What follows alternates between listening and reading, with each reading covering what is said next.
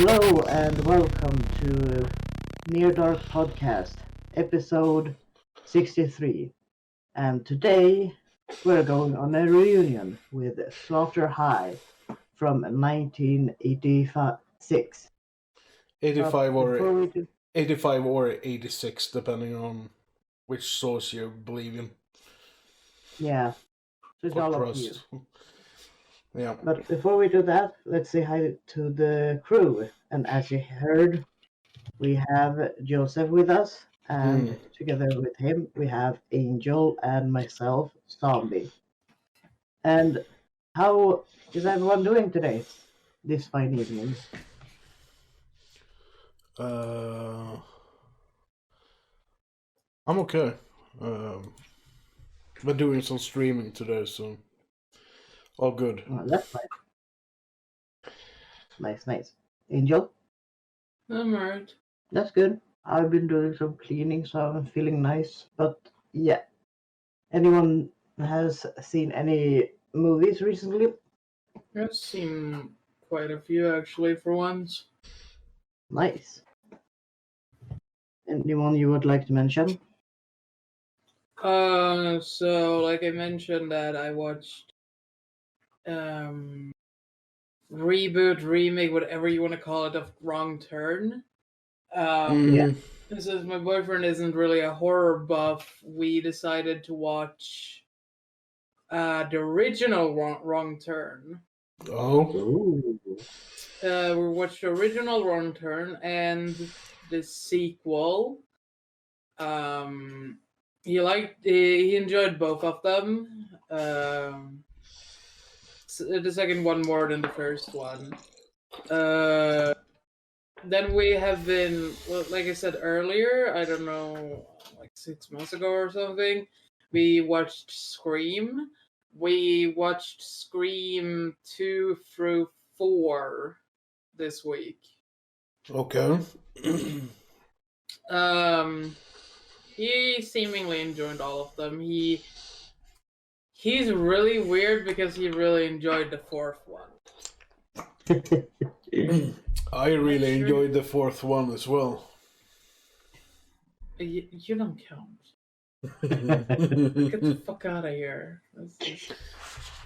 I don't think I don't like the fourth one. It's you could have skipped that one, like in sequels, in my opinion. Then I actually watched 2 horror movies on my own. I was really bored and couldn't really sleep. I need to double check. I remember one title, but not completely the other one. And of course, I have been on IMDb too much, so it has disappeared. But yeah, I watched a 2021 movie actually. Oh. Called The Girl in the Basement. This one is it's based on a true story. They have cut a little bit of the true story, and like they do in Hollywood, they twist and turn things a little bit. But it is actually based on the really gruesome case of a father imprisoning his daughter in his basement, and his name is Josef Fritzl. Yeah, Josef Fritzl. Yeah, the German incest pedophile case. Yeah. Lovely. Is it based on that case? It is, and it's staying very true to the case. Besides moving it from Europe to the States. Oh, okay. It was at times it was a hard watch. Like I had to mute the movie to be able to watch it, or well, some things I didn't even watch because I don't know if I'm getting sensitive or that it was like that bad, but it was bad. A little too real. Yeah, like knowing that it's based on a real thing that I saw in the news growing up. And like the amount of shit I know about the case, it just made it really hard to watch. Very well made. Uh, I do recommend watching it because like how well made it is. Um, but like if you have a hard time with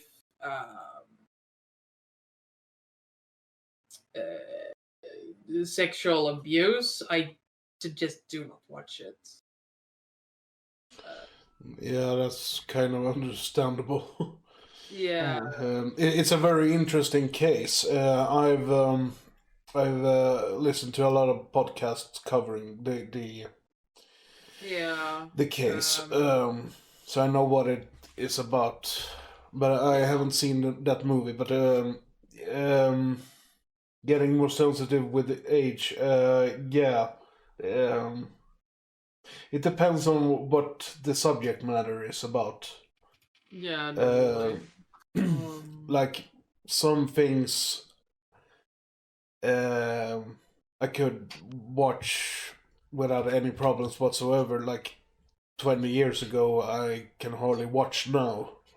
Yeah, The older I get, so I know what you mean. yeah. Definitely. I wonder if I watched it on Netflix. I know I watched one more because I've been watching a lot of horror movies as of late. Uh, I think it also partly taps into the fact that some horror movies are watchable, however gruesome it is, because it's such a step back from like reality, because you don't really expect to be like chased by a giant man with a chainsaw like any day of the week Mm. compared to other things which are based on reality. Speaking Uh, of chainsaw, you guys have heard that there will be a new Texas Chainsaw Massacre movie oh, released this year. no, I didn't know. Leatherface will be well. He will be an old man in this installment, apparently. I just think they should stop making sequels. Like mm. it's stupid how many sequels. Like I think a lot of old movies are getting sequels now because Halloween, the newest Halloween, Mm. did so well in the box The office. the And I f- mean, the funny thing is that they've already done a new uh, sequel to the original ones in the Texas Chainsaw Massacre franchise, Texas yeah, Chainsaw 3D. yeah. Uh, so this is the second time they make a straight up sequel to the first film. I mean, it can also yeah, it can also come back to like copyright claims and whatnot, so that you remake it to renew the copyright claim to uh, the franchise and the name of the movie. I mean, I think it's like they try to resuscitate old movies because, like, when Halloween, Friday, Freddy, and Texas was new, they were really big, and now to try to get this new generation in on um like what us old people really like when it Yeah, was new. And Well, the movie makers know that the names sell. yeah, That I personally think that's why they are making these quote unquote sequels 30, 40 years after mm, the initial movie was released. yeah, mm. But there was another movie that you had seen, Angel, right? Yeah, I tried to find it, but I cannot find it for the life of me. I know it was a Well, horror movie, but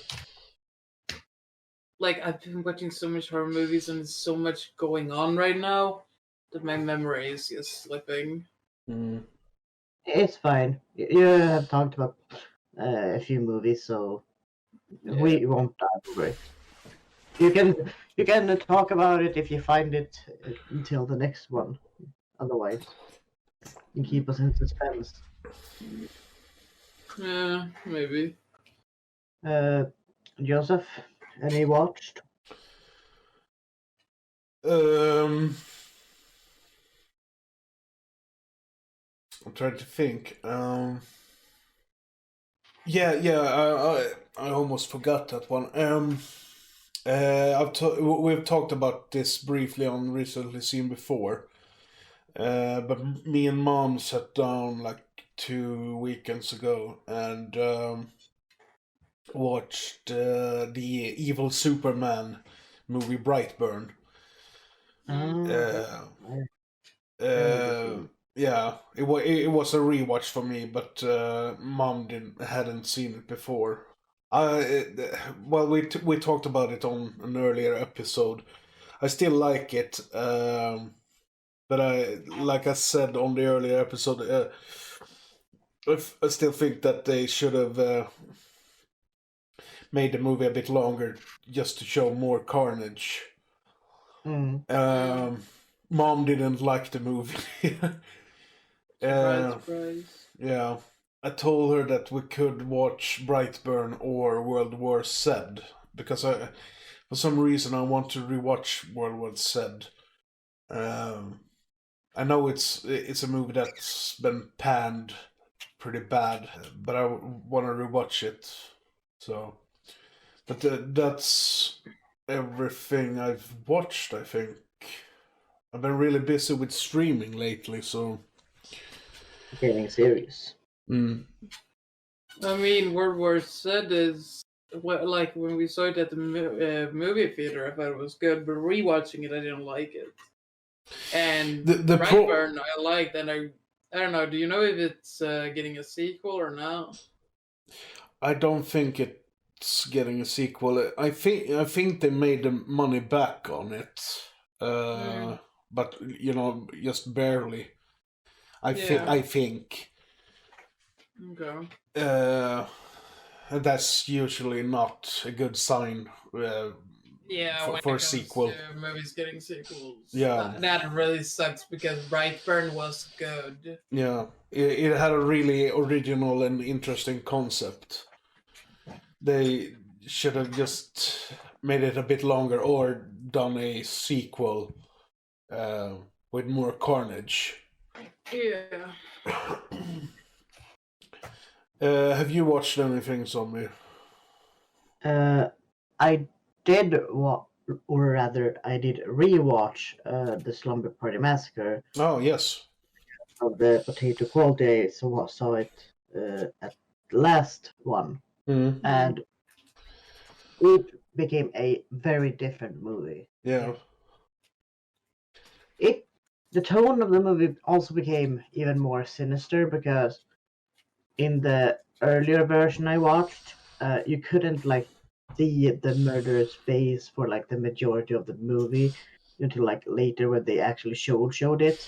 Mm. And rewatching it in greater quality and seeing it throughout the movie instead of just at the end, he became a much more eerie character because of how faceless and monotone he is about the whole thing. Yeah. And Mm. and yeah, it did become better. Yeah. Now you understand what me and Oge was talking about. Yeah, definitely. Mm. But you enjoyed it more the second time around, then? I did. It was a bit sad that I couldn't like rewatch it in a great quality for the first time, but uh, despite that, it didn't become less of a good watch just because I knew what was coming. Mm. But I will maybe wait a longer time next time rewatching it because otherwise it becomes too much. But yeah, it's a good recommendation of a movie. Yeah, definitely. Yeah. Before we roll the trailer, I got two things I wanna just throw out there real quick. Yeah. The first thing I want to mention is the recent passing of Josef Kodo, who passed away at the age of 81. He played Parker in 1979's Alien, the black guy. I also checked up on the cast of Alien, and it's actually just 3 of them that are still alive right now. There you go. Wow. So yeah, Time it's sure sad. passes. Yeah.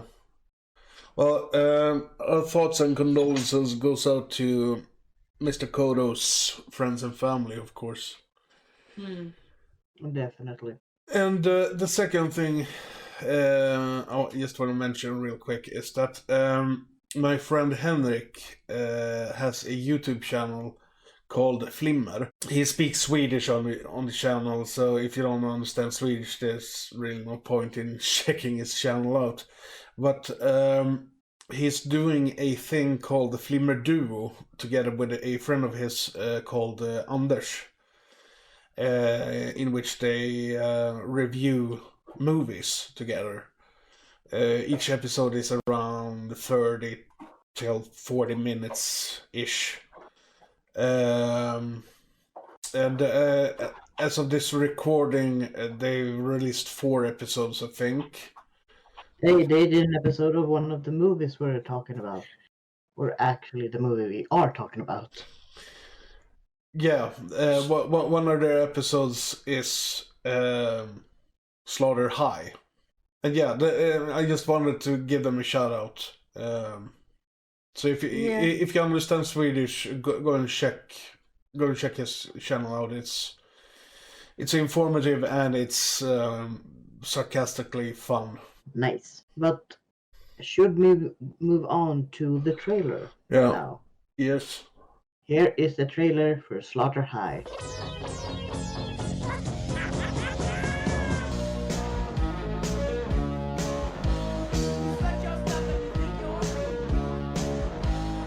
Marty Ranson was the dork of Doddsville High. You get undressed in there. His classmates laughed at him.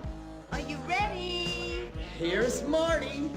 Where's the beef? They tormented him. Where's the beef? And then they went too far.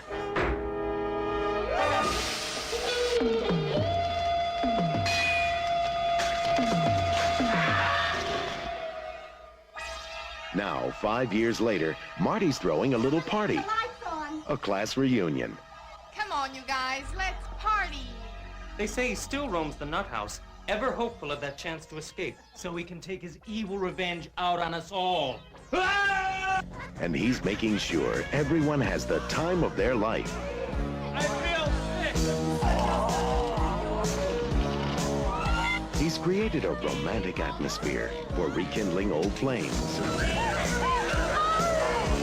And a nice place to just hang around. Marty hasn't forgotten a thing. He's giving them a blast from the past they'll never forget. Marty Ranson is still a dork, but tonight he's getting even. Vestron Pictures presents Slaughter High.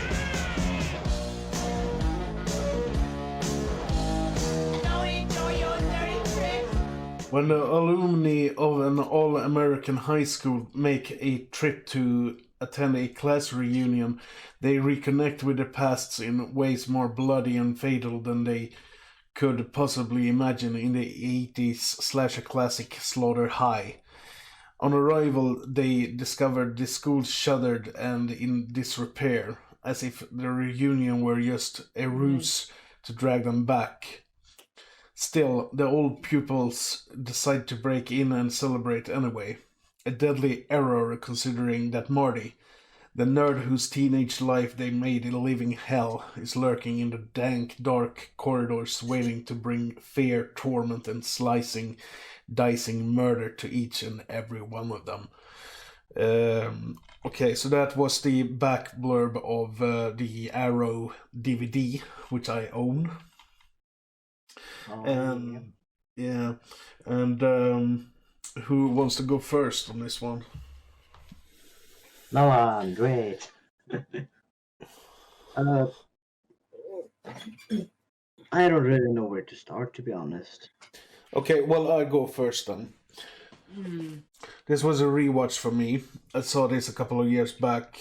I didn't really remember anything about it besides that there were a end twist to the movie, but I couldn't remember what the twist was. Well, I like the movie. It's ludicrous and dumb as a sack of rocks,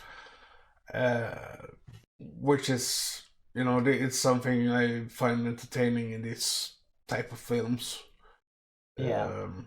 The whole concept of these characters going back to their old school, which looks like a dump, for a reunion which nobody but them arrives to. Well, it's just laughably fun. And I mean, there's so many why and how moments in the film that it's hard to keep count. And yeah, I know that these moments can be explained or blamed on the twist at the end of the film, of course, which we can talk a little bit about in a bit. Yeah. The only real problem I got with the movie is that it drags on at a couple of points throughout it. For example, the prologue, which I sort of like since how fucking absurd it is, but they could have shaved off a couple of minutes from it to tidy up the running time. Yeah. Another good example is the last chase scene in which Caroline Monroe as Carol both runs and walks around without really being chased for like 10 minutes. Except for like the two or so last minutes of that whole segment of the film. The reason that part is in there is because they had to shoot extra footage to up the running time of the film, which I think is a bit odd, since if we take the Slumber Party Massacre as an example, that movie clocks in at around 77 minutes. Slaughter High clocks in at around 85 minutes. So they could have made it 8 minutes shorter than it is. If you compare it to the Slumber Party Massacre, I mean, you know, Yeah. So yeah, yeah. And just having meaningless, long chase scenes with like Nothing, you know nothing really happening. Yeah, that's just gonna make the movie suffer. Yeah. Then. Yeah, they could have shortened down at least the last chase scene. Mm-hmm. So yeah, I think, like I said, I think the movie drags on at a couple of points. But overall, I think Slaughter High is cheesy and stupid fun. It's not a good movie whatsoever, really, but it's entertaining, and that's what I want from these type of films. The worst sin a slasher movie can do is being boring, and Slaughter High is overall not boring, in my opinion. So yeah, my rating will be 8 out of 10. If they had shortened it down with like 6 minutes or something, I think it would have been a 10 out of 10 for me. But yeah, 8 out of 10. Yeah, that's nice. That's a good rating. Angel, what did you think of the movie? I thought it was boring, complete utter shit. Nice. Care to elaborate? Great in-depth review right there. It's just fucking boring. Like, I don't know. It's boring. I almost fell asleep while watching it. You had a pretty funny expression on your face in a couple of scenes. Like, what are we watching? I mean, that was legit my whole thought process for the movie. Like, what are we watching and why are we watching this? Why did I agree to watch this shit? Like, the school building, so some parts look like a Victorian mansion, and some part looked like like an abandoned house where someone would do some meth. It's just, Yeah. it just didn't make sense. And like, she runs down the fucking stairwell, and she runs down some more, and oh look at that, she runs down some more. It's like, the building is not like 5 stories high. Why are you running down that far? Like, you're way the fuck in the basement. They have a deep basement, man. It's just a lot of bull crap, and it's just like, I don't know. The start was like, oh, okay, I see where this is going. Like that New Year's, yes, a New Year's movie we watched. I'm not sure if it was this year or but last year. Bloody New Year. Yeah, I think it's that one. Yeah. It's I think it was that. basically the same movie. Yes, slap on that it plays out during 1st of April, on April Fool's Day, and it's the same movie. It's just shit. Not enjoyable. I do not recommend watching it. It's not even gonna get a rating.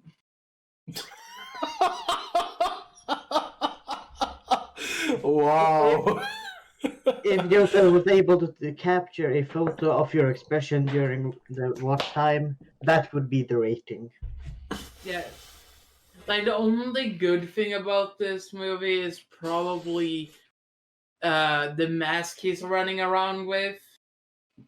And Yeah, well, what's that called? Jester or yeah, it's a color jester. yeah. Yes, Harlequin. Yeah. Mm. I guess like the only good thing about this movie is probably the kill on the caretaker. How he is like, oh, here, I'm just gonna hang you on this door and nail your hand. It's like, that kill doesn't make any sense either, because he's the whistleblower.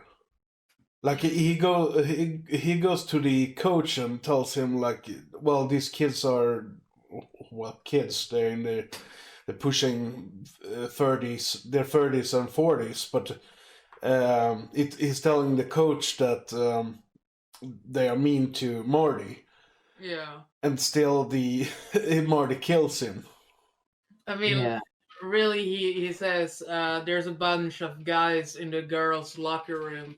He does not tell him that, oh, hey, they're bullying this kid in the girls' locker room. No. But still, he helped Marty, sort of. Perhaps I not. mean, I Perhaps think not knowing it. if he would have said, hey, they're bullying this kid in the locker room, then yes, I'm pretty sure he would have spared the caretaker. But he did not particularly say that. He has said, oh, there's guys there. And like, it might be extremely far-fetched, but it could all along with those things, be that like he doesn't know that he went to the coach and just saw the coach come in, Yeah, that's and true. saw the caretaker look at the door and just walk away, Yeah. and not together that Mm. he the coach. Yeah. And when you're not all there in the head, like any reason could be enough. I mean, they did say like it's gone bonkers. Yeah. For me, the movie was, it's between just good and fine, because some parts, as earlier mentioned, were boring, such as like the end, which is supposed to be the climax, where she was just running, and She's not even running in some segments of that. She's just walking, and she stands still in the staircase as well. yeah.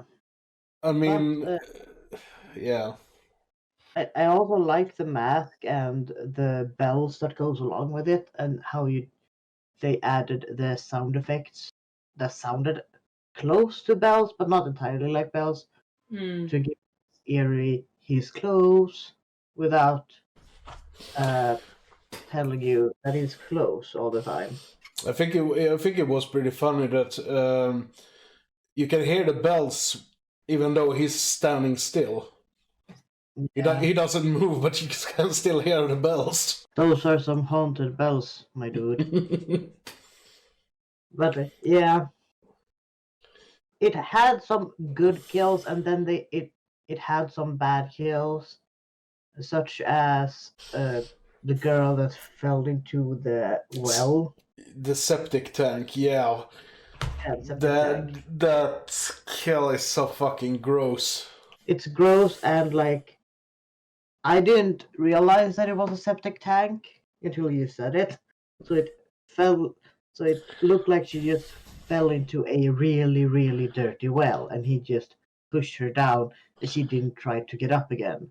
And it was like, guess I'm gonna drown. Yeah, that doesn't make any sense because he didn't really force her. He just pushed her down with his feet, and then he went away. Yeah, like unlike the bathtub scene, you don't really see like the urgency to get out, other than I don't want to be in this water. That's gross. You don't see that like, shit, this is actually not just water. This is dangerous stuff I'm in. Yeah, well, he has prepped the bathtub with acid. Yeah, so most likely the well is there too. I can't piece shit together at all. So I mean, it's a septic tank, so yeah, and now septic stupid. But yeah, also it was one kill that I didn't get happened, such as like the dude that was with the girl that got electrocuted. Did he also get electrocuted? What happened to him? Because I mean, Yeah, it's the sex scene, you mean? Yeah, both of them got electrocuted.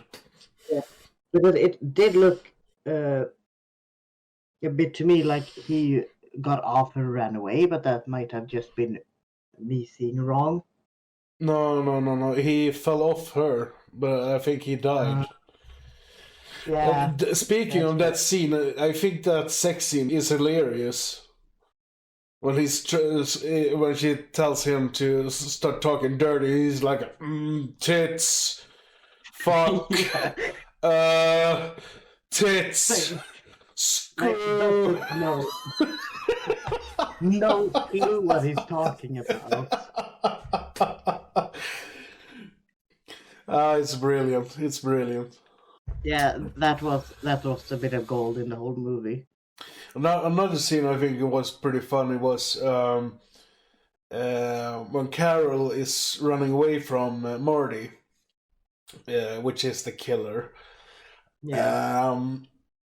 And she just stands beside the door with an axe, and Marty runs past her, and I can't remember what the guy was called, but he goes through the door, and she smashes the axe into his face.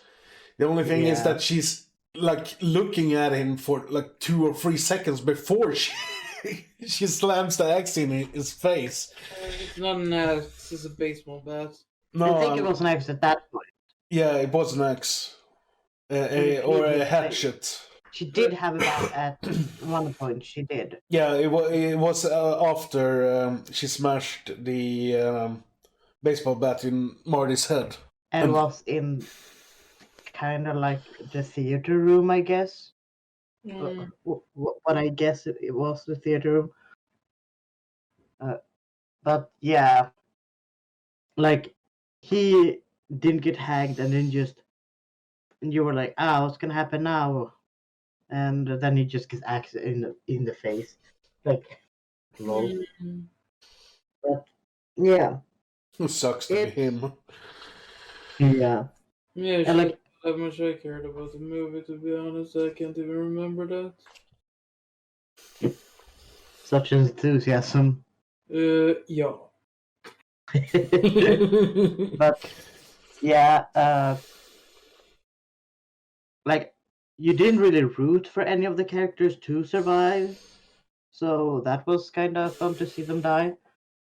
But Well, all of them are fucking assholes, so they deserve They what's coming for them. and like they're unapologetically assholes. Like Yeah. they're only saying sorry because they're about to die. Mm.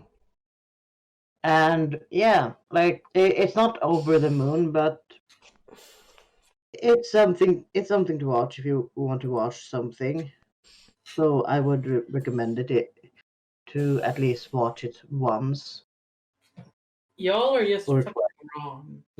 No, we're not.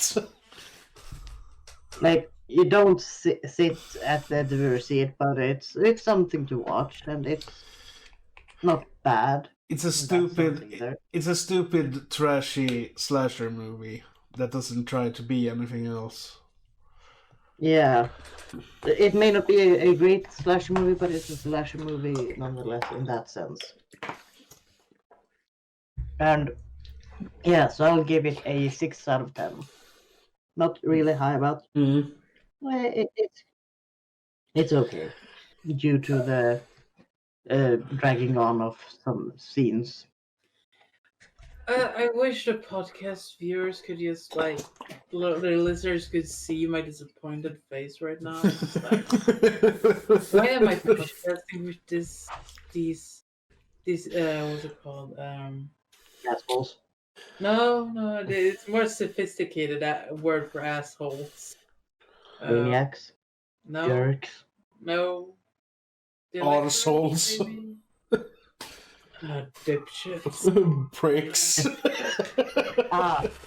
Such a refined and fancy word. But yeah, maybe if we start streaming our recordings, then they can see the disappointment. Yeah, all of under- us sits with face cams and just like, what's wrong with you? And then they can see our reactions when we talk to each other. But yeah, that's the talk for another time. Yeah. But yeah, Any- the twist ending. Excuse me. What do you guys think about that? It did confuse me a bit because it raised the question if it was all a dream or if that was like a more surgery he did after the murder or not. Okay, so here is a big spoiler warning for the listeners. It turns out that from the point when all of these characters are going to the reunion up until the big reveal twist thing at the end, it turns out it was all a dream. That was a bit disappointing, really, I would say. I don't mind the twist. And it, like I said, it explains all the whys and hows moments in the film, because there are so many things happening in the film that doesn't make any logical sense whatsoever.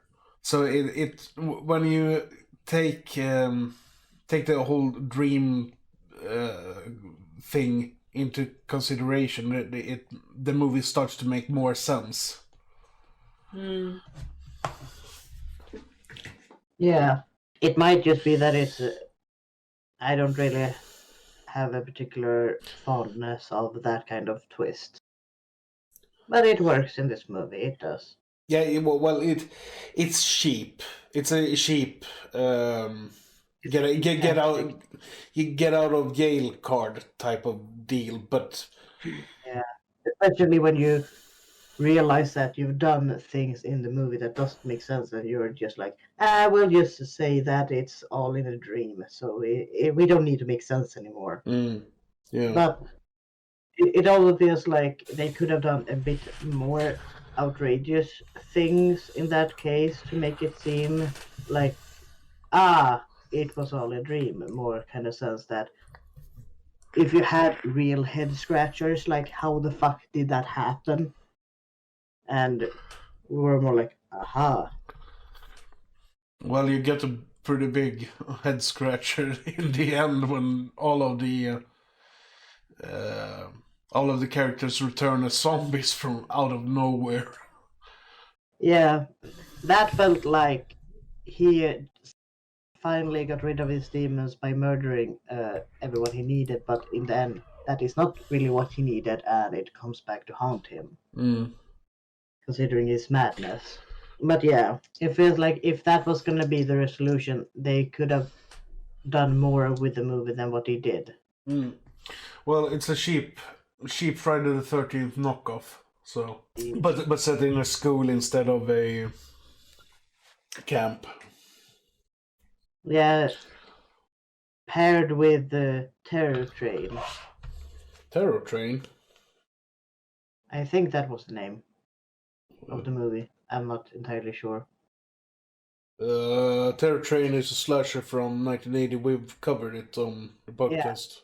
Yeah. Like, it has with the unapologetic assholes that get killed. Oh, okay, yeah. And the person always continuously wearing a mask, hiding their identity. But on the other hand, Terror Train is a hell of a lot better movie than Slaughter High. And Friday the 13th is also better. So. Yeah, definitely. Yeah, but Friday the 13th, if it's quality next to this bullshit. It really makes me appreciate how good horror movies are by watching like those that don't try. Like Alien and Friday and Halloween and all that good shit. Yeah. But yeah, should we move into background perhaps? I got a lot. I don't have anything else to mention, so I say we do. Angel? Huh? Shall we move on to... Yeah, do you have anything? Send me a piece about this piece of shit movie. You might, I wanted to give you the opportunity to further shit on it if you wished. Get out of here. Okay, where's my coat? Okay, so a bit of background then. The only budget I could find was $2.1 million. I don't know how accurate that is. The film was given a limited release theatrically in the United States by Western Pictures on November the 14th, 1986. The release expanded in February of 1987, and again in April of 1987. It opened on a total of 38 screens on April 24th, 1987, and it earned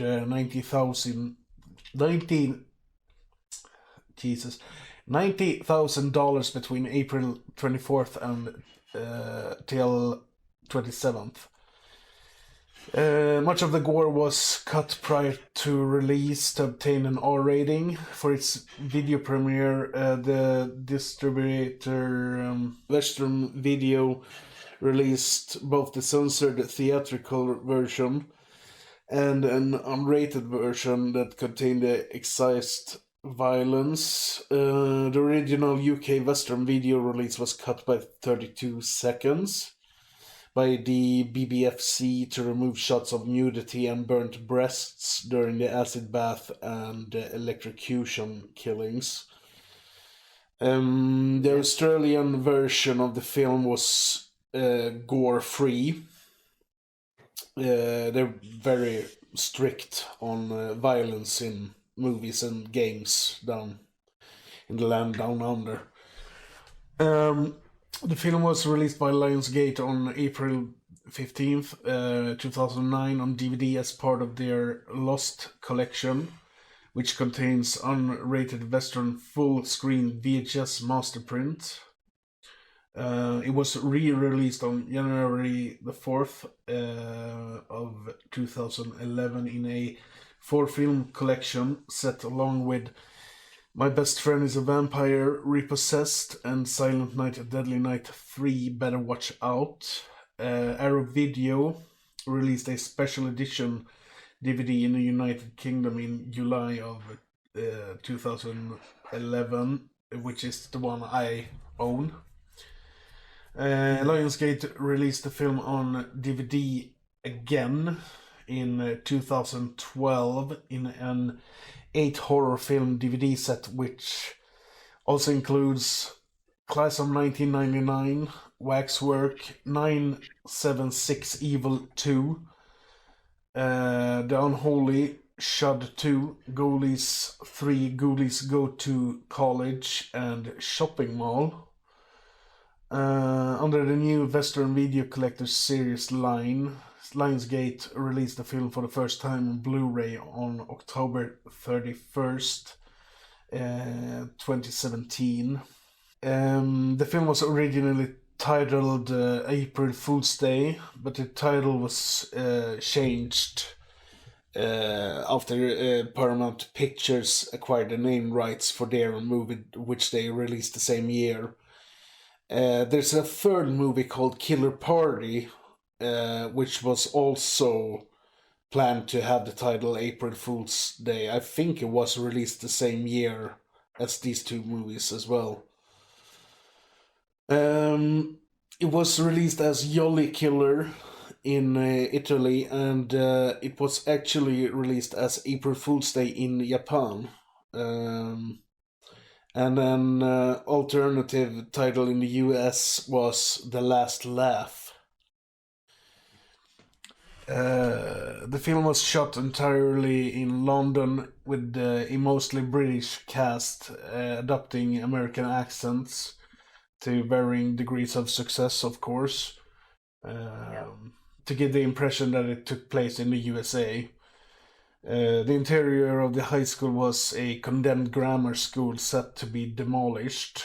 Lockers had to be added since English schools rarely have lockers, but the filmmakers were permitted to set off explosives and set the building on fire since it was scheduled to be demolished anyway. The exterior of the high school was shot at an abandoned mental asylum, which has since been renovated and turned into a luxury apartment building.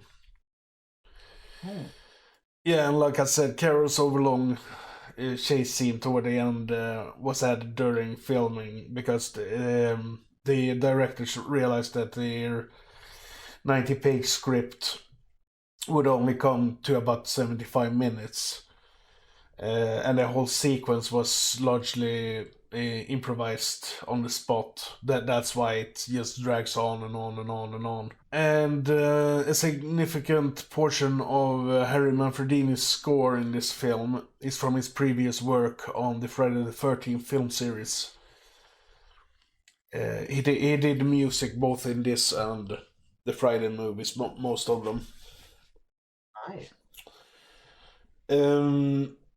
This was the fourth and last film producers Steven Minassian, which was one of the financiers of the original Friday the 13th, and Dick Randall produced together.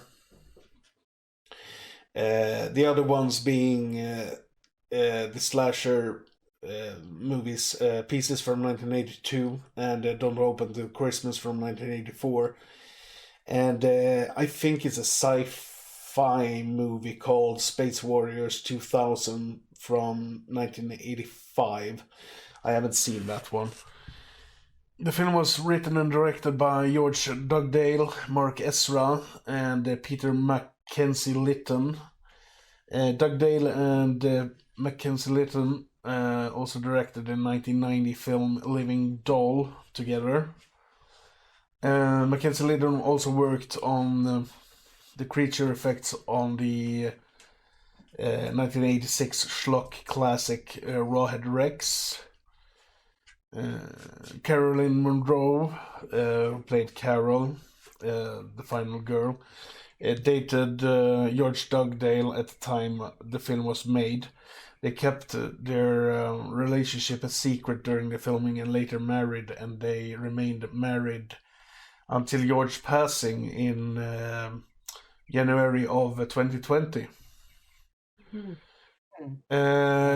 Monroe is probably most well known for her photo modeling, as well as her appearances in the Star Wars ripoff Star Crash together with Joe Spinell, which she also worked with in 1980's Maniac and 1982's The Last Horror Film. She also appeared in Don't Open Till Christmas as herself when she was trying to get a pop career off the ground. And she had also a small role in the 1977 Roger Moore Bond flick The Spy Who Loved Me. Simon Scudamore, who played Marty, the killer, committed suicide shortly after the movie was filmed by an intentional drug overdose. And when additional footage of Marty as the jester mask wearing killer needed to be shot, the film's writer and director Mark Ezra took over the role. And the last two things I got here is that Kevin Thomas of the Los Angeles Times reviewed the film favorably, noting, in its primitive way, Slaughter High is one of the better teen revenge horror pictures, adding that the film benefits greatly from its authentic setting, a big, old, derelict Tudor-style school building in a remote area gets actually quite scary, yet the special effects are of the darkly comic, Grand Guignol variety. Terry Lawson of the Dayton Daily News was critical of the performances, particularly the English actor's attempts at portraying an American accent, adding that the film invites comment as much for its oddness as for its awfulness. And that's everything I got. That was a lot. Yeah. I managed to dig up a lot. Yeah. A bit sad with the actor. Yeah. And this was his only credit as well. I read something about that he had suffered from depression for a long time. And being in the movie was, well, one of his few lights in life towards the end. Yeah. Well, moving on from that, next movie that we're gonna review. Yeah, it's my pick, and I've had this one long time coming. And since the recent passing of Yaphet Kotto, he was in Alien, I was thinking that we could do something Alien related. And since we have already covered the first Alien, we're gonna cover the sequel, Aliens, from 1986. Hmm. Ooh, nice. Mm-hmm. That's a good thought behind it. Yeah. Mhm. And we are playing out with I don't know if it's Harry Manfredini's work, but I guess it is, since it's the main theme of the movie. So Harry Manfredini, April Fool's Day, Slaughter High theme, Nice. which plays about 45 times during the movie. Yeah. But yeah, let's say goodbye to the good people. Goodbye, good folks. Goodbye, good people. Goodbye, good people. Thanks for listening to the episode. If you liked it, why not listen to a few more and maybe even subscribe? And I'll will hope to see you on another episode. Have a great day. Bye.